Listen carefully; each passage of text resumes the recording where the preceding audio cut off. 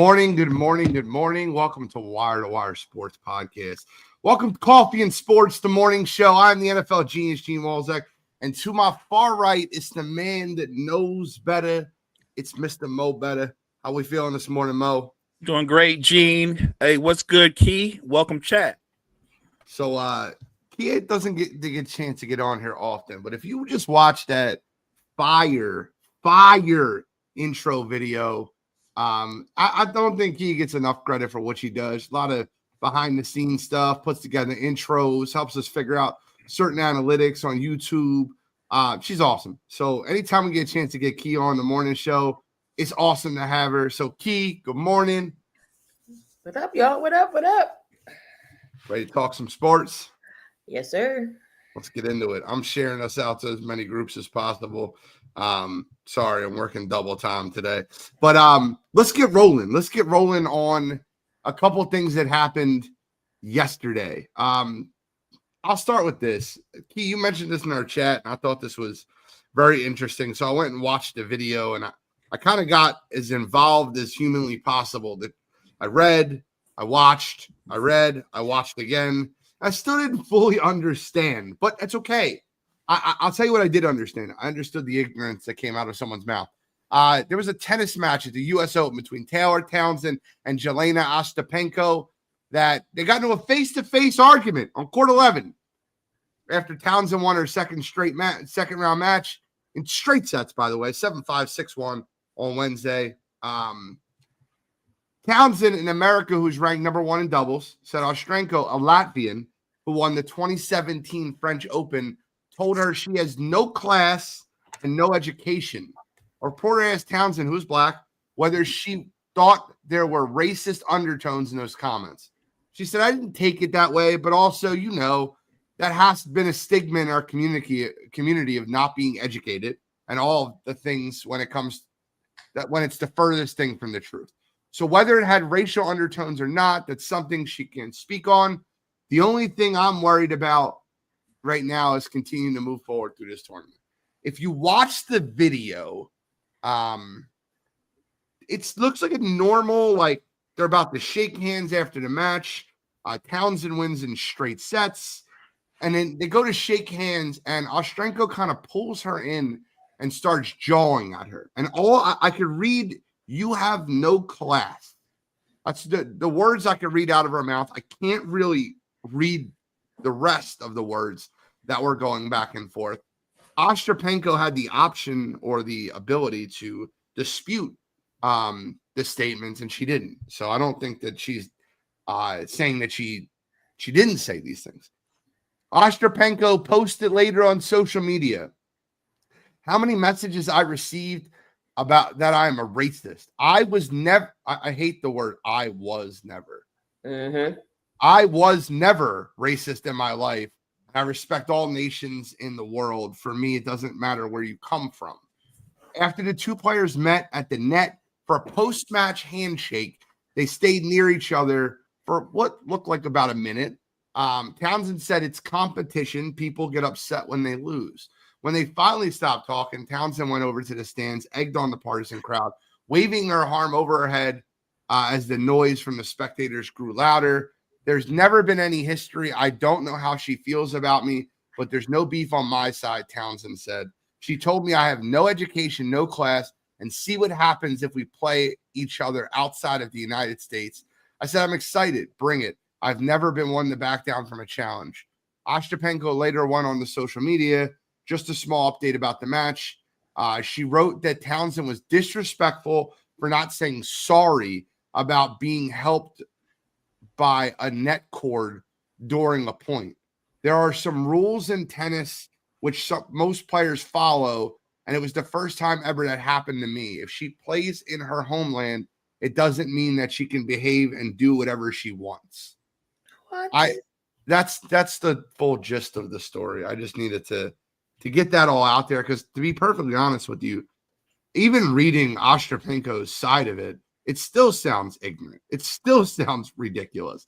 I just can't. Like, I even asked Key. I talked to Key this morning pre-show. And Mo, I asked her, I said, Key, what am I missing? What did she do that was disrespectful? And for Ostapenko to say, well, she didn't say sorry by being helped by the net for a point or the wire for a point. Like, am I supposed to apologize in a competition? I don't understand that at all. Help me understand. Well, just your hearing that. What was your reaction? First of all, let me be really honest. I don't know all the nuances and jargons of tennis and what's considered good manners or good sportsmanship, but to me, that reasoning behind her being upset, it doesn't make sense. You were upset because she didn't say sorry over a point that helped her. You guys weren't in a deadly back and forth. You got smoked in straight sets. Like, you got smoked. You should have been upset by everything that happened in the match. So I don't buy her explanation. Like, basically, what I got out of that is the reason I behaved the way I did is because of her not saying sorry. It's probably the worst excuses I could say for being disrespectful and racist that I've heard in a long time. But that's it in a nutshell. Like, it wasn't a great match where it went back and forth and we were like, I don't know who's going to win this. She got destroyed and owned. And she pulled her in to say the things that she said, which means she'd been thinking about that even before the match ended to say that kind of stuff. Obviously, Trevion Amir seems to know about the court etiquette. I don't want to be ignorant about it. I don't know what court etiquette is, but I hate the line. She's playing in her home country so she can behave the way she wants to. Behave? Like, there's a grown adults. I feel like it's poor sportsmanship, sore loser. Key, did you see it any different than I did? Like I said, I don't like follow. I know tennis, like I know the lingo and everything. It's just, I know bits and pieces of the game and everything, and I understand. But this is like really the first time I've heard it like blown up like this. Is you really mad because point blank period? You're mad because you lost. You're a sore loser.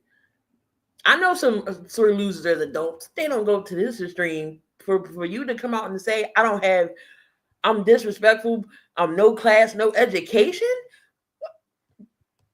You just don't say that to somebody, and then it makes it bad. It makes it bad. She was a female. She's an African American woman at that. So yes, we're going to take that as that's some racist comments. You wouldn't have said that if you played. If this was Serena Williams, I guarantee you, she wouldn't have said that. She wouldn't have said that to Serena. She wouldn't have said that to a Venus. She wouldn't have said that to Coco. Or anybody, some higher power, world. I'm not saying that Taylor's not a world athlete, but the big name tennis player, she wouldn't have said that to no Serena Williams on the court.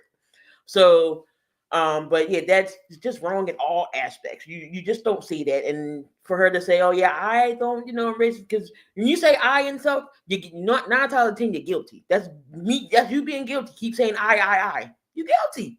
So point blank period, that was racist. You saying you're not racist, that was racist in my opinion. I just thought that was wild. No class, no education. I felt like that had racist undertones, and I read the whole thing. And by the way, Taylor Townsend is a beast, one of the best doubles players in the world. I think she makes a run in this U.S. Open. I really believe that. So we'll see. By the way, it should be noted that Taylor played her outside the country 3 times and beat her 3 times. So.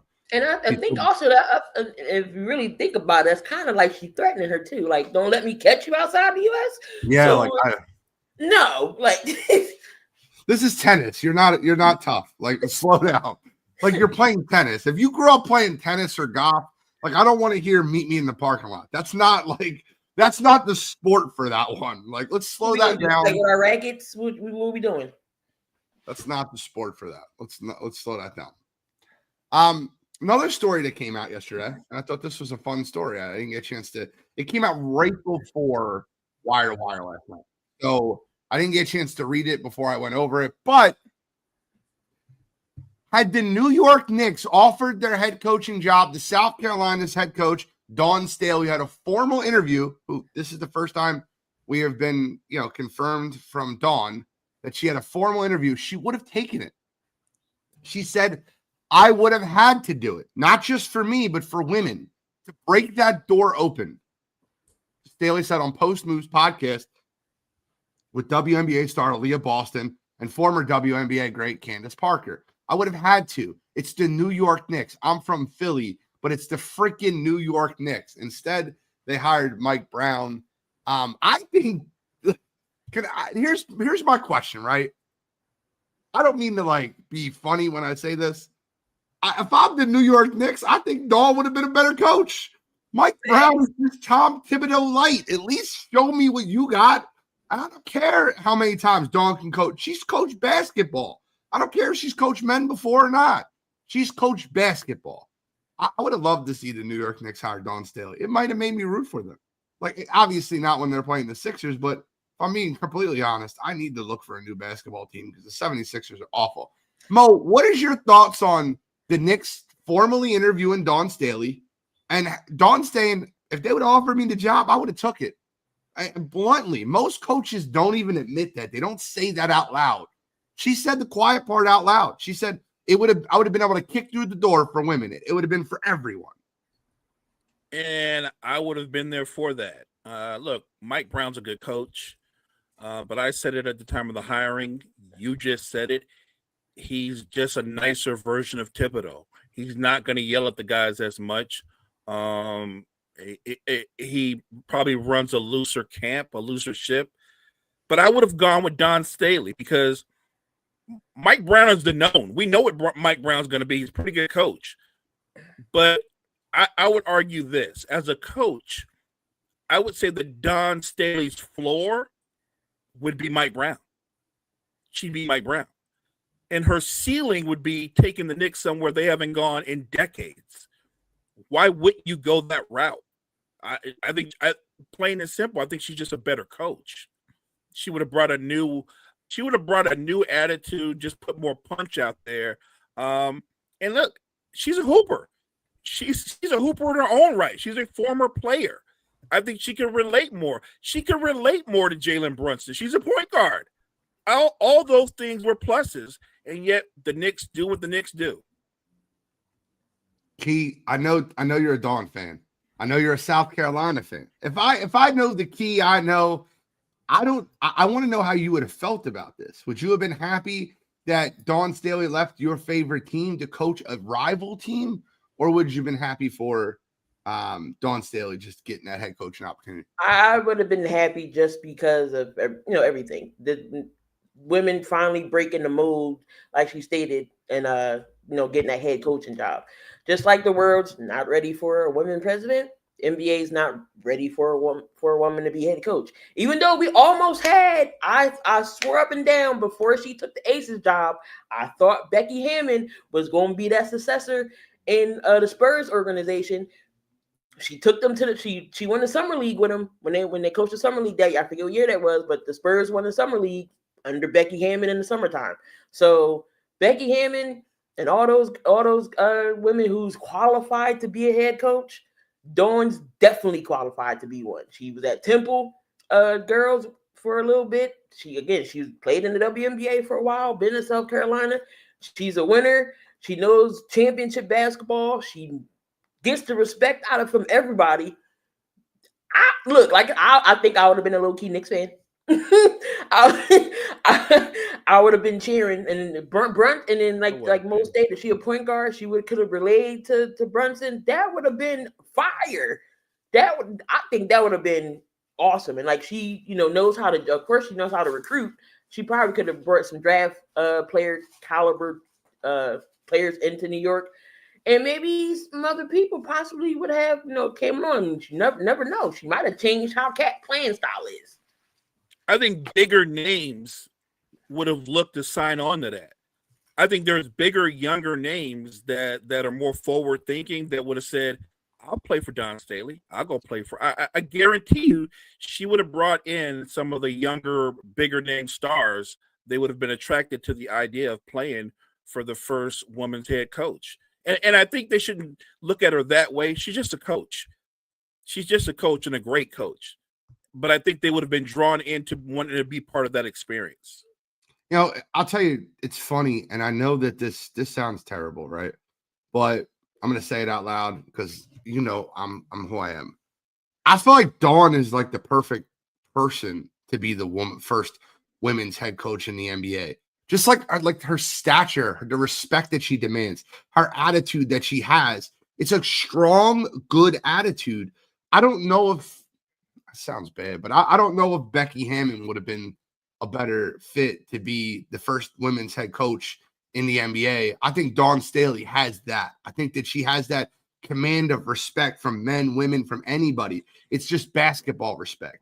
I just feel that from her, all the winnings that she had at South Carolina, from what she used to do at Temple. Like Dawn is that. Like I'm praying that Dawn takes the Philadelphia, whoever, the WNBA head coaching job. Have they named the name for that yet? Or are they still? I think it's not. We're not supposed to get that till 2030. So probably somewhere around, I guess, 2029. They'll probably get stuff rolling with that. But Dawn even said she was like, she don't want to be coach. She want to be ownership. So so Josh Harris, you better get on it. Harris better get her involved somehow. I'm still signing up for them Philly Johns. The Philly Johns. I'm signing up for it. Give me the Philly Johns. Yeah. And put it Dem too. DEM. Dem Philly Johns. Right in front. I can see the logo now. I think that'll make for great merch. Yeah. They already do it with Cooper DeJean, so. Right?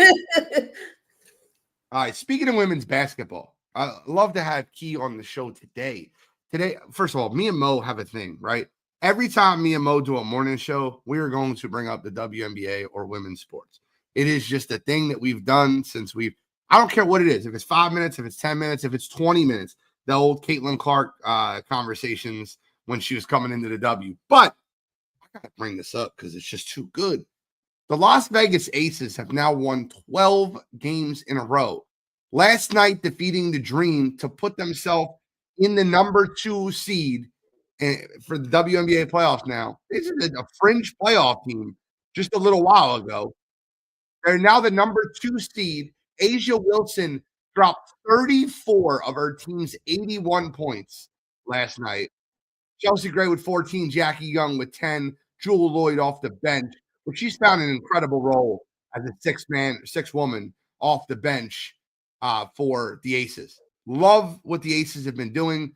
They beat the Dream last night. Ryan Howard, Alicia Gray, Brianna Jones, all had great efforts. But the Aces are on another level, Key. Talk to me about the Aces. Should the Aces be the favorite to win the WNBA finals right now? They put their names right back in the talks. I said when the season first started, I said, "Oh my goodness, this is not the Aces team we all know." Becky, what is going on?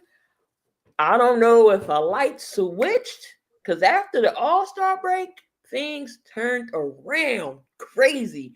2 things though, Key. Melissa Smith going there to be the 4 has helped them out immensely, where she doesn't have to play the 5, she's playing the 4, and moving Jewel Lloyd, who last year was an all-star, to the bench and having her be a sixth woman, I guess. Like, can you help me with that? I don't want to keep screwing that up. I mean, it's 6 men, 6 women. Because we all used to the 6 men. All right, cool. I'm just making sure I don't want to screw that up. But those are 2 things that sparked the change to me. Melissa Smith, she's, in my opinion, I think she's, underrated. She doesn't have to score big points. She's, not a point scorer like that, but when she has opportunity, she can. She's a good forward to give you at least double digits in rebounds, and then that's what they were missing. They was getting killed on the boards. Like they didn't have a big man. You get Christian Bell stinks on that team. I don't know why she's still on that team, but when she gets in the game, she has her some timely moments. She'll score 15 or more, or sometimes she'll get in there and only give you 4 points. So, but finally things are clicking. I think they just had to gel a little bit. Chelsea Gray, y'all know she's going to do her point guard duties. Jewel Lloyd was another big piece. They was like, oh well, we're missing KP. No, Jewel Lloyd is just as good, just as comparable. She just had to get in a rhythm. So moving her to the bench was a great moving and adjustment. Bringing Alyssa Solid and Alyssa Smith is another person that can help on the boards. And A'ja Wilson doesn't have to do it all by herself. A'ja could just be her. She's going to score regardless where she is on the floor. If she's got to take over scoring and put the whole team on her back, she's going to do it, and we've seen her do it. But 34 points last night, 12-game winning streak. They're the hottest team in the WNBA right now, and they're right under the Lynx now. New York possibly was a favorite. I mean, New York has slid down in the standings a little bit. They're still missing Breanna Stewart. Hopefully they get Stewie back when the playoffs start. I mean, if they get Stewie back, maybe, New York could be, they're the defending champs. But I still got Minnesota taking it all. But if Minnesota, I would love to see Minnesota and the Aces in the championship. I think that would be a fire series. Collier, Courtney Williams is balling. McBride when she's on. Heidemann coming off the bench for that team. So I'm gonna go ahead and say I got New York, and I mean not New York. I got the Aces in Minnesota in the finals. I think that'll be a good matchup, solid matchup all around. Great for basketball. Stewie just returned 19 the other night. Stewie just returned. She had 19 the other night for New York. They squeaked out a win versus the lowly Connecticut Sun. They were lost 6 out of 8 prior to Stewie's return. They really fell to the middle of the standings. The defending champion, New York Liberty, they really need Breanna Stewart to come back into form for them to have a chance. I mean, when you look at the WNBA standings, the way they are right now, is you have the Lynx who are 6 games up on everybody. They're gonna be the 1 seed. Like, there's just not enough time left for anyone to catch them. The Aces are in the 2 seed by a full game over the Dream. The Mercury, who have been such a great story this year, everyone had them penciled in as a lottery team. They weren't making the playoffs. And Alyssa Thomas went down there and said, nope, we're not doing this. Broke her own triple-double record and has been killing it for Phoenix. The Liberty are 5. The Fever are 6. The Valkyries in their inaugural season are 7. And the Seattle Storm are holding on to that 8th seed over the LA Sparks. Mo, do you see Aces? Are we on a collision court for Aces versus Lynx in the WNBA finals? Man, I hope so. I really hope so. And that's no shade to the Liberty, because they struggled obviously without Stewie. But if you get Stewie back and they get back into a rhythm, it changes everything, because then Ionescu doesn't have to try to do too much. But I do think that's the collision course. The Aces have been the best team in the second half of the season by far. And even though you can make a case that Fee wins MVP, I don't know. A'ja's had not just a last-minute push. She's had a dominant second half push. I think A'ja Wilson has put herself right there with Fee. And I don't think it's a foregone conclusion that Fee wins. And if A'ja keeps doing it all the way to the end of the season, I think A'ja Wilson is going to be MVP again. And look, even if Fee wins, what doesn't change in my mind is that A'ja is still the best player in the league.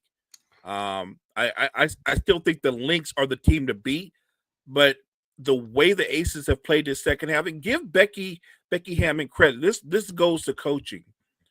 When you can have a conversation with a player that's as accomplished as Jewell Loyd and say, this is where I need you. I need you in this role because it's good for the team. And Becky's proven right, so Jewell can't complain. Like, that's coaching when you can get somebody to buy into a different type of role. So I give the Aces and Becky Hammon, A'ja, the whole crew, all the credit in the world. I'd love to see that matchup. I'm with you 100%. I think it's going to be a fun matchup. I got to give the Aces credit. And the one thing that you said that I can't disagree with one bit is A'ja Wilson went out there and said, hold my beer. You think that Napheesa Collier is taking the torch as the best player in the W? Hold my beer. And she went and proved that. The last 12 games, I mean, I feel like out of those 12 games, I feel like she's had 30 plus in like 10 of them. Like, I feel like every other night I'm reading another 30-point, 13 rebound, 4 block game from A'ja Wilson. I'm like, this is video game numbers. Like, if I'm playing 2K and I get 34, 13, and 4, that's a great game. I won the MVP of the game. A'ja's doing this every other night. It's fun to watch. It's fun to watch. It's fun to watch. One more piece of WNBA news. This came out yesterday also. Actually, it came out a couple days ago. Indiana Fever guard Caitlin Clark added a new distinction to her resume. She is now a Nike signature athlete. Nike's signature roster features all-time greats, and I'm incredibly proud to join the best athletes in the world. I'm excited to share a first look at what we created together. Clark will get her signature logo featuring interlocking C's and a smaller hidden C, according to Nike's release. It represents her magnetic connection with the fans around the globe and drawn to her unwavering confidence, steadfast commitment, and remarkable shooting ability. How Caitlin's game was built from the inside out, a product of her passion for the sport and relentless drive and constant pursuit of perfection. She's going to have her signature shoe. She joins fellow WNBA athletes Asia Wilson and Sabrina Ionescu as active WNBA players with signature shoe deals. Are y'all excited for the Caitlin Clark ones? I've seen those shoes. They're not bad. Oh, there's a picture? I would have put that up there. Hold on. No, when they first came out and they like sold out or whatever, they wasn't bad. I'm not shocked that they sold out. Not shocked at all. I did not realize that the picture of the new oh, there it is. Hold on. I got you. Let me get this up on the screen. I did not realize this was out. My fault. My apologies, fans. They got a load. All right, so here, let me just put this right on the screen just so y'all can see at home. It's definitely Fever colors. That's the low top. Inspired by her love of Kobe. Those are fire. Those work. I like the high top. I ain't gonna lie to you. For playing basketball, I had a little bit more black in there. I like the high top a lot better. All right, so if I'm going out and I'm cooling, I'm wearing the low tops. But if you at the gym or at the court, I'm rocking the high tops. What you think, Key? No, I dig them. The ones that they had earlier in the year, they was they had navy, a little red in them. It was literally like the logo of the Fever. Okay. I didn't see it. I got to get a little bit more well versed on this. I didn't realize that. I think I know what you're talking about. I see them. Caitlin Clark Player Edition Kobe 5s. So they were not her signature shoe. They were her shoe, but they were Kobe's. I get it. That makes sense. All right. I'll cop those. Yeah. Let me get this screen back. I hate when it does that. Like, I'm just trying to share something on the screen.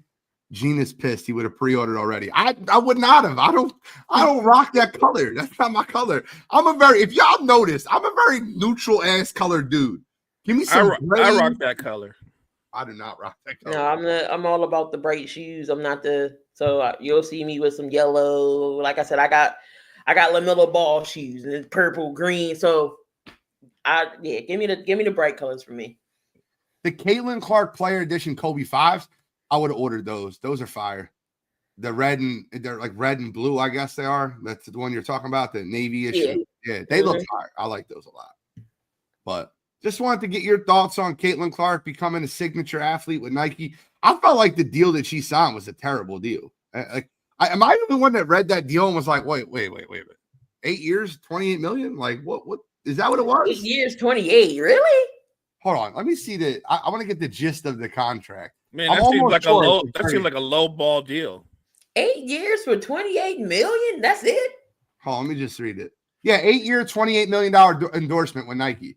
She should fire her. She should fire her agent. Fire your agent. Yeah, no. I need some more money than that. If you're gonna give me 8 years. You got an endorsement deal? Right. Double that. That should be around 50 or 60 mil. Does she get the Michael Jordan where she gets $1 a shoe? That would be different. I can understand that. You know what I'm talking about, right? Right. Yeah. That movie is incredible. Yeah, look at Lento. Lento's on here. Terrible deal. I agree. It is a terrible deal. That's an awful deal.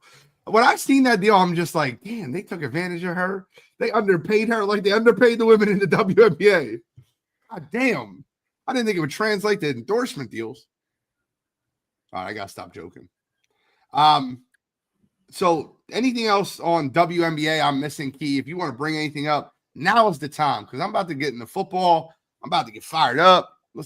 Anything else I'm missing? I think that was pretty much it. It's just the Aces is just like the hottest team in the WNBA right now. And my Sparks is on the outside looking in. Don't look too good. They're trying to get that A spot, but we'll see. All right. I know we talked about this a little bit. I'm going to talk about it again. Yesterday, NFL Top 100 revealed 20 through 15. And when I seen Jalen at 19, I was like, okay. Because like there was talk on WIP of, like Jalen might not be on the list.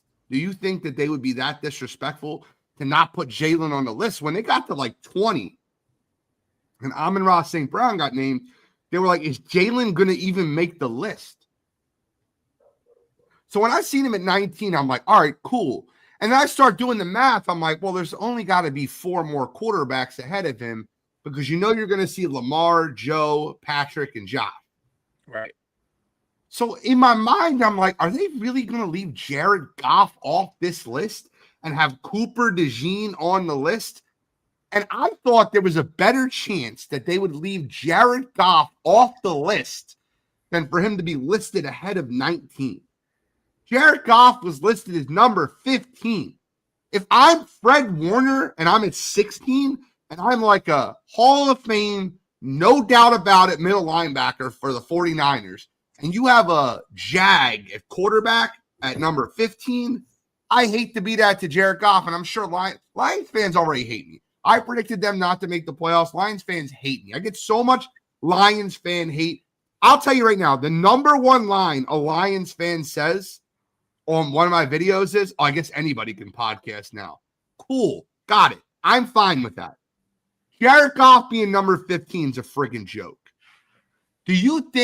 What do you think, Key? I'm going to ask you first and I'll go to Mo. What do you think is more erroneous? What do you think is more crazy? Jared Goff being 15 or Jared Goff not being on the list? You cannot not have Jared Goff on the list. I get that. Okay. But in my opinion, so I already knew Jalen was going to be in the top 20. I knew they wasn't going to leave him off. You're not going to put him top 10, which we all know he should be in the like quarterback wise. We all know he's top 10. I got him at 5. If I do that, I already know 4 other quarterbacks is going to be in front of him in the top 10. You said them: Josh, Pat, Joe, Lamar. I get that. I understand that.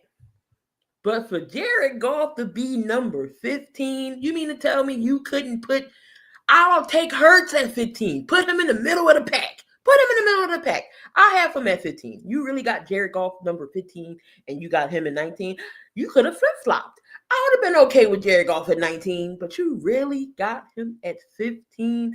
Hurts still gets crucified for having a GM who puts players around him who do win the games. He's getting penalized for how he does. I'm going to read you. He doesn't have sexy numbers. He doesn't throw for 99 yards a game, 44 touchdowns in a game. He doesn't have to with the players around him, but he still wins. And why he's getting crucified, I have no idea. I'm going to read you some names, Mo, and I'm going to tell you what we think would be the weirdest thing, right? So we got Amon-Ra St. Brown, 115 receptions, 1,300 yards, 12 touchdowns. You have the Super Bowl MVP, Jalen Hurts. You have Derek Stingley Jr., arguably the second best corner in football. The guy was the second highest paid corner in football. He's been incredible. Sexy Dexy, one of the best defensive tackles, 9 sacks, a forced fumble. Fred Warner, the best middle linebacker in football. Jared Goff. Well, he threw for 4,629 yards, 37 touchdowns, 12 interceptions, 6 fumbles. So he had 37 touchdowns and 18 turnovers. I feel like one of those things just ain't like the other. Mo, you think I'm the same way. When I hear Jared Goff, I get it. If you look at Jared Goff statistically, he's much more accomplished than Jalen Hurts, and I get that. What I don't get is kind of there's hypocrisy there, right? Because Jalen Hurts gets diminished because of the talent around him. But you just said it. Amon-Ra St. Brown is the beast. Jahmyr Gibbs is just a regular guy. Like he didn't have weapons all over the place. Like the same way that Jalen Hurts gets diminished for what's around him, the same way that Brock Purdy gets diminished what's around him. Why does Jared Goff get more credit than he should get? I don't think Jared Goff is an overcomer. I don't think he's the kind of guy that you can put it on his back and go, don't worry, Jared will win this game for us. We're missing both our starting wide receivers. Jahmyr Gibbs is out, and we're fine. I don't think he's not in the Josh Allen, Patrick Mahomes, Joe Burrow conversation. He's not one of those guys. And I'm good with him being on the list, but he should have been a lot further back on the list. I don't think he's a unique talent. I think he's a system quarterback. I think you can take a lot of quarterbacks that aren't special, put them in that system with those weapons, and they put up similar numbers. My man ECG checking in. I never had a problem with the list year to year because it's voted by players, and in my only opinion. Is he better than Jalen? To a lot of us, no, but the players think he is. I respect that. But so we look at lists just like, so I understand what he's saying, right? He's saying the players are voting that, so they think he's better. And our job is to critique that. Like when you see Cooper DeJean listed as number 60 on the list, do you think he's the 60th best player in the NFL? I'm not kidding with you. Brian Thomas Jr. is listed 61. You being a Jaguars fan, do you think that that's fair? Do you think the players really think that Cooper DeJean is better than BTJ? Do you think Cooper DeJean is better than Malik Neighbors? Do you think if the Eagles called the Giants up and were like, hey, we'll trade you Cooper DeJean for Malik Neighbors, the Giants would be okay with that? I get your point. However, it's for us to break down and say where we disagree. And I disagree completely that Goff should be top 20. I was expecting number 57, Jared Goff. Like, right. That's where I thought he would have landed, like around that area. Trevion said Goff has to be in the conversation due to he was a Super Bowl quarterback and he has helped propel the Lions. In my opinion, lastly, it's a peer vote. Okay, so let's address that for a minute. Okay, Jalen went to a Super Bowl. Jared Goff went to a Super Bowl. Both lost. Jalen looked much better than Jared Goff in their losses. Jalen went toe-to-toe with Mahomes, probably outplayed him statistically. Jared Goff lost 13-3 to the New England Patriots. Okay, let's address that. Okay, Jalen went back to a Super Bowl and dominated and beat Patrick Mahomes. Jared Goff had 3 interceptions at home in an NFC divisional game versus the Commanders. I get the concept of him being in the conversation, but if you delete Jalen Hurts and Jared Goff from their situations, the situations aren't much different offensively. Number 1 and number 2 offensive line in the league last year, Eagles and Lions. However you slice it, by any statistical measure, the number 1 rushing offense was the Eagles, number 1 passing offense was the Lions, and they both ran the ball well. I'm talking about protection-wise for the offensive line. Receiving core. Well, they both have a stud number 1 receiver, Amon-Ra St. Brown, A.J. Brown. They both have a first-round wide receiver at their WR2 from Alabama, Devontae Smith and Jamison Williams. Right. They both have stud tight ends in Dallas Goedert and Sam Laporta, and they both have great running back rooms. The Philadelphia Eagles have Saquon Barkley, and the Detroit Lions have Seneca Knuckles with Jahmyr Gibbs and David Montgomery. So when you look at that situation and you just delete the quarterbacks, I don't think it's a much different situation. I think what Key said is 100% a conversation piece. Key, your thoughts? It's just how, you see it. Hurts is going to do what he does. He wins games. I'm saying I'm not saying Goff doesn't deserve to be in the conversation because he does. And the players voted. Honestly, can't. It's a peer vote. So I disagree. Look, we can respect players because they play the game, but they get it wrong a lot. They get it wrong a lot. And Carson Wentz 3. Right. I remember that. Yeah, I will never know what it's like to play at that level. So yes, I can't relate to that. But when it comes to analyzing their own game, they get caught up in headlines. They get caught up in numbers as much as anybody else. They've got it wrong. I didn't know this. There's nothing special about Jared Goff. Mo, I didn't know this. He said, remember this, guys. The list is voted on during the playoff period, wild card. So I'm sure opinions would change if it was done after the Super Bowl. I did not know that. So but see that is that factual? And I trust you with what you're saying, but if that's factual, how is Cooper DeJean on the list? Because I've just assumed for months that he was voted number 60 because he had a pick 6 in the Super Bowl, and everybody's seen that. Are you sure about that? Sorry, I didn't mean to interrupt you. I've been hearing different things. That I heard it's partly players, it's not the whole list of players. They only do the top 20. Like, I've been hearing different things. I know the players vote, but I don't know like if it's the whole 100 list or do they do like the top 20, or it's like I don't know. But I definitely didn't know it was around playoff time. I didn't know that. Let me ask you this. Yep. Whether he wins it or not, do you believe Jalen Hurts will play in another Super Bowl? Yes. Here's what I'm going to say, if you want to call it a hot take. Jared Goff is not going to play in a Super Bowl. Okay. And obviously he played with the Rams, but I'm saying as a member of the Detroit Lions, spoiler alert, Lion fans, y'all not playing in the Super Bowl. Because that guy is not the guy. And you're going to find out with all those coordinators being gone and there's a heavier load on him as a leader, you're going to find out he's not the guy. That changes my entire opinion, though, where they voted.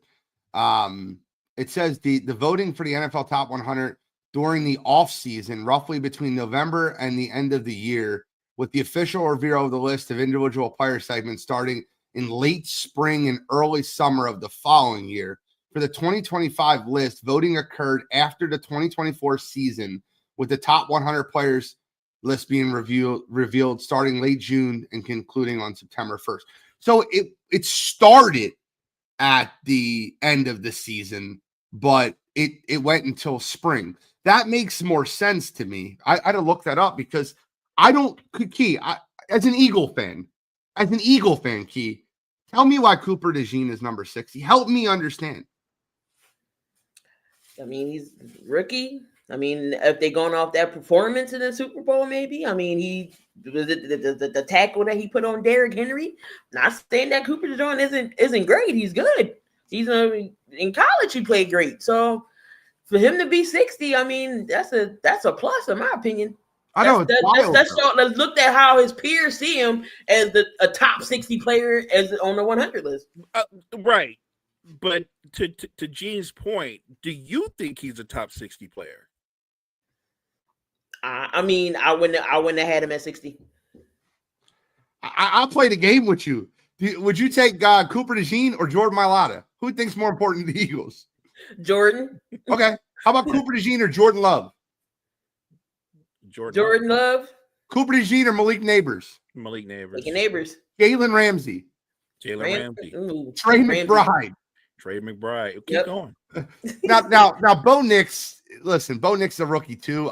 He was ranked 64th. He's a quarterback. Josh Hines Allen. No chance I'm taking Cooper DeJean over Josh Allen. Cooper DeJean or Bijan Robinson. Guy had 1,500 rushing yards last year. Yeah, but Cooper DeJean's better. And nobody, by the way, nobody's saying Cooper DeJean's not a good football player. Correct. He's just not better than everybody that you just named. Correct. I agree 100%. Damien, who's a Bears fan, said Lions fans are more annoying and delusional than Cowboys and Pats fans. I think that's just because they're in your division. I will say this. I've had this list a million times. I have the Lions as the top 7 fan base in the entire NFL. I think the top fans in football are from Buffalo, Green Bay, Cleveland, Philadelphia. Like, those are fan bases that care. And then you can add in, and then it gets fun, right? You add in the Lions, the Patriots, the Bears, Seattle, Kansas City. I think that's like my top 10 fan bases. The 49ers travel exceptionally well. What hurts the 49ers and the Cowboys is there's a lot of those. I was a 49er fan because my grandpa was a 49er fan because my Right. dad, and they don't know much about football. It's the same thing with Cowboys. But real true bred 49ers fans are great fans. That's the top 10 fan bases in the NFL. I don't think they're delusional. I think they've lost for so long that they're just enjoying the fact that their team is good. And I don't want to rain on their parade. I don't. But I will say this. This is my bold prediction of the year. Lions don't make the playoffs. They finish 8-9 this year. And everyone thinks I'm crazy to say that. When you lose coordinator on top of coordinator, coach on top of coach, and the interior of that offensive line, which made Jared Goff feel so comfortable, I don't see it. I think Lion fans are a great fan base.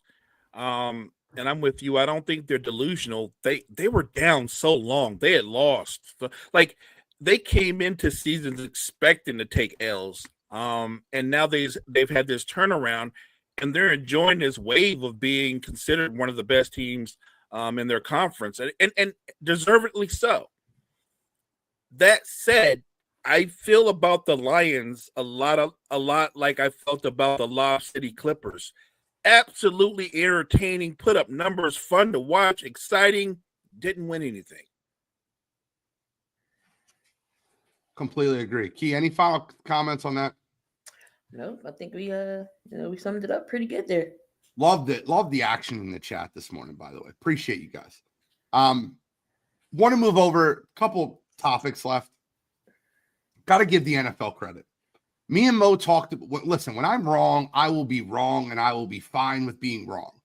I'm okay with it. Me and Mo talked about this maybe a couple days ago with Rashee Rice, and I knew he was going to get suspended for 6 games because the precedent was listed as 6 games for the type of crime he committed. He's got to spend 30 days in jail. Like, you got to get suspended from 6 games from the NFL for that. Now, Rashee Rice, I assumed they were going to wait till September 30th so the Chiefs can get 3 of their 4 primetime games out of the way. Like, first 4 weeks, 3 of them are versus huge opponents. I thought that they were going to use Rashee Rice in Sao Paulo, Brazil, the Monday Night Football game rematch versus the Philadelphia Eagles. Listen, then you go at MetLife, which, as much as we don't like the New York Giants or think they're a bad franchise, they're still New York. That's a draw. And then they play the Baltimore Ravens. So I thought that's the CBS game of the week that week. So 4 weeks in a row, they have big games. I thought they were going to use Rashee Rice to draw attention and delay his suspension. And to the credit of the NFL, to the Chiefs, to Rashee Rice, whoever the situation is, Rashee Rice accepted his 6-game suspension. And he's now going to serve the first 6 games of the year. I'm going to apologize because I called out the NFL for this when they set the hearing for September 30th. But I do want to ask you this. And another thing I've been on record at, right? This is back-to-back hot takes for me. I may be a hot take artist now. I don't think the Chiefs win the AFC West. And I think with this suspension, the Chiefs start 1-3. And Chiefs fans don't like me. They're another group right now that does not like me. I apologize to Chiefs fans. I'm sorry. You have Big Red. You have Travis Kelce. These are people that I've, followed throughout my entire career. But I think the Chiefs start 1-3. I think they lose in Sao Paulo, Brazil to the Chargers.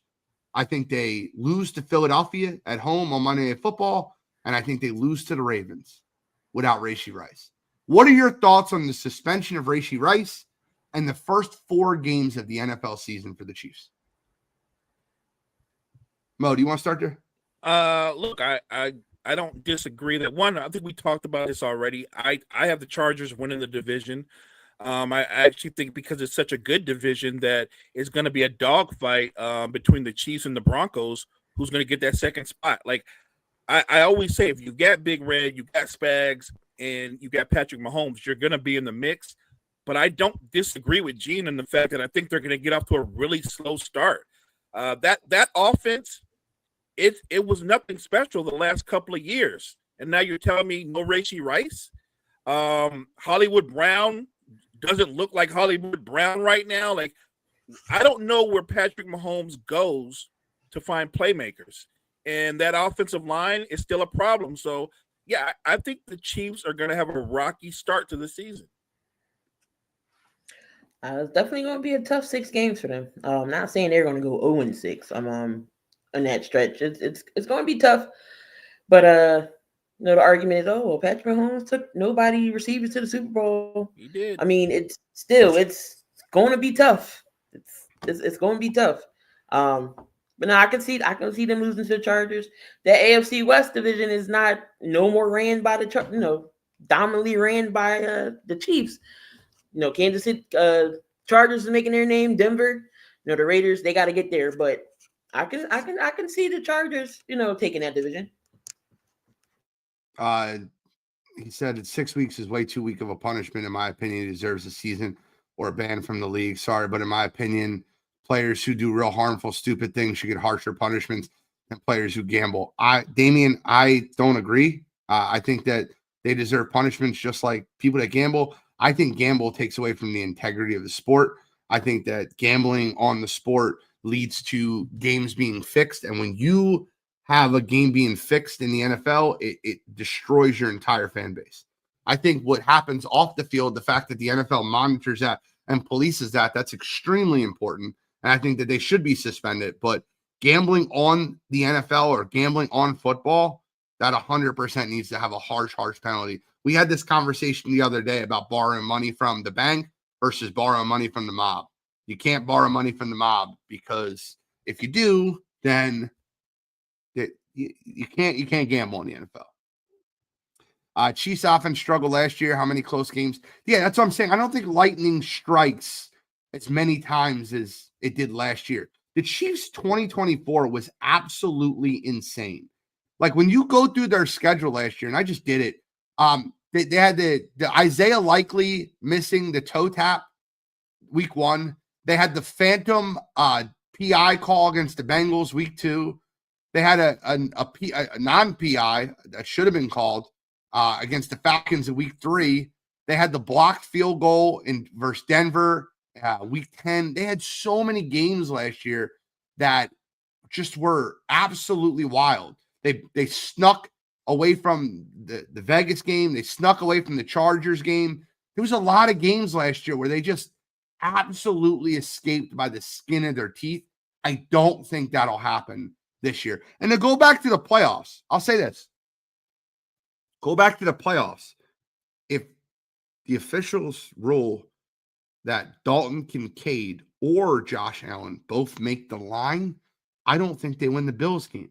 And I think both times they made the line to game in the quarterback sneak for Josh Allen and for Dalton Kincaid. ECG said 6 weeks is enough. He pleaded guilty. He was found guilty and pleaded innocent. Then it should have been longer, but he took responsibility. Also, kudos to Rice for agreeing to the suspension, not appealing. He took this on the chin, which shows accountability. I agree with every statement. Gentlemen, Mo, Key, your thoughts on the comments and if 6 games is enough and gambling. I mean, we talked about gambling before. It's just wild. Y'all make millions. Why are you have to gamble and FanDuel and everything else? Just look at the NBA situation with Michael Porter Jr.'s brother. He's done an NBA. I mean, it's just y'all make millions. I just feel like you shouldn't have to bet on games. But he took his punishment. He admitted everything. So I like the accountability. So you doing a disservice for your team. This is the consequence. 6 games. They got to have without you. Hopefully you can come back and it's not too detrimental to the record. You be in tip top, to help your team contribute moving forward for the rest of the half of the year. So, I mean, I like the accountability he took for it. So he's not, making a big gripe over it. He did what he did. So he gotta do the time. All right. So before we wrap, go ahead, Mo. I'm sorry. Real quick, just with the gambling. It's a completely different thing. Gambling impedes the integrity of your sport. 100%. And it not only destroys your fan base, it has a trickle-down effect into other fan bases. It's a much bigger issue. I apologize for interrupting there. I want to get your take on three, just quickly, your predictions on three big college football games that are happening this weekend. We could even add a fourth because there's been a lot of talk about Alabama and Florida State. Alabama is playing at Florida State.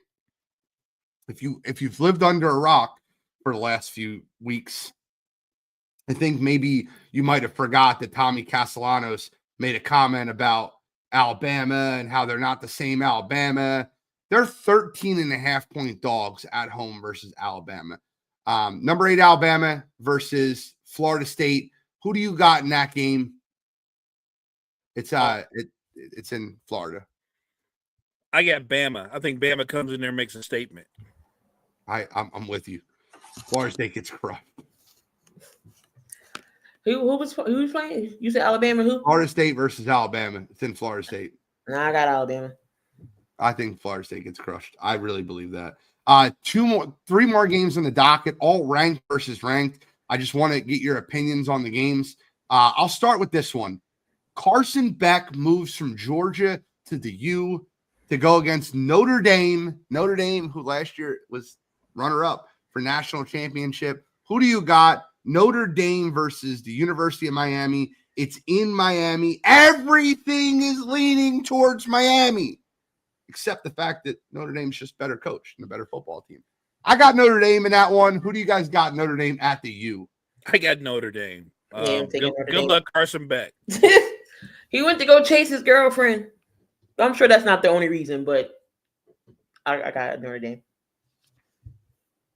And then two more games, great games. LSU loves doing this.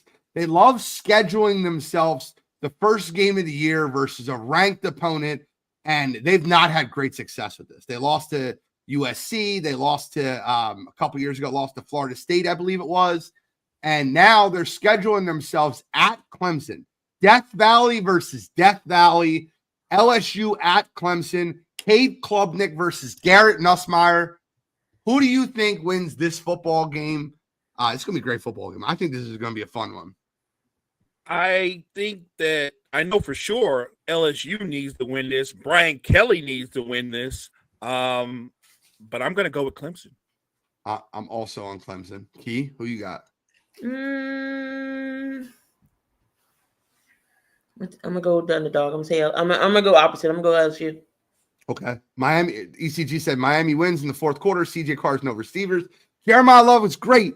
Carson has a great O-line, and Mark Fletcher is going to be awesome. Clemson, TJ Parker and Peter Woods, wreck Garrett Nussmeier. I agree with you. I'm not a Nussmeier guy. I'm not high on him. And then the best game of the weekend. The first time AP ranked number 1 team opens up the season as an underdog, as Texas plus 1.5 goes into the defending national championship, Ohio State. You got Arch Manning making his first start as the guy. Okay, so I mean, obviously he's been a start. He started a couple of games last year, but this is as the guy going against Julian Sayin, former 5-star kid, sophomore, making his first start as the guy. Who do you got? Texas at Ohio State. I got Ohio State. I'm gonna go Texas. Everybody's hyping up Arch Manning. My God, the pressure that's going to be on this dude for this game, and you're only going up against the defending national champions in their house. I don't see Texas escaping with a win. New defensive coordinator for Ohio State. New starting quarterback. A totally different result. Give me Arch Manning. Give me Texas. I like Texas going into Ohio State and winning that football game. Key, who did you have? I'm sorry. Texas. Okay. So that's what we got for college football this weekend. I can't wait. I'm moving Saturday, and as soon as we move, we're going over to my buddy's house. We got the TVs laid outside. We're going to be watching college football from noon until my fantasy football kickoff at 7 p.m. And ECG says Texas all day. Remember, Jeremiah Smith had 1 catch for 3 yards when they played last year. I think it's a low-scoring game, by the way. Michael Taffey and Texas defense overwhelms Union saying 7 starters on that defense at LSU got drafted. I hear you. I like Texas in that one. By the way, it might be worth a watch. We didn't get a chance to get to it.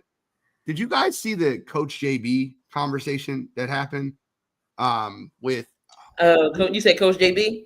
Yeah. I seen snippets.